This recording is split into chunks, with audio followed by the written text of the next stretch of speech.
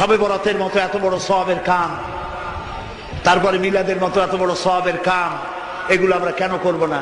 প্রিয় ভাই, সব করব না এই কারণে, যেহেতু আল্লাহ রসুল তা করেন নাই, সাহাবায়ে কেরাম তা করেন নাই।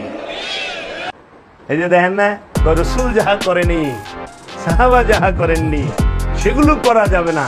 পয়লা এলো রসুল মাদ্রাসায় পড়ে নাই, কোন সাহাবা মাদ্রাসায় পড়ে নাই, পড়ন যাইব না, তাবিনরাও পড়ে নাই, গেছে। 2 নাম্বার, রসুল যাহা করে নাই, সাহাবারা যাহা করে নাই, তাহা করা যাবে না। দলিল কই? যদি দেন তাইলে আহেন।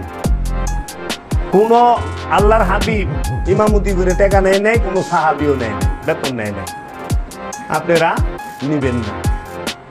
জায়গা মতো না দিলে তো আপনার ঠান্ডা হয়ে যান গা।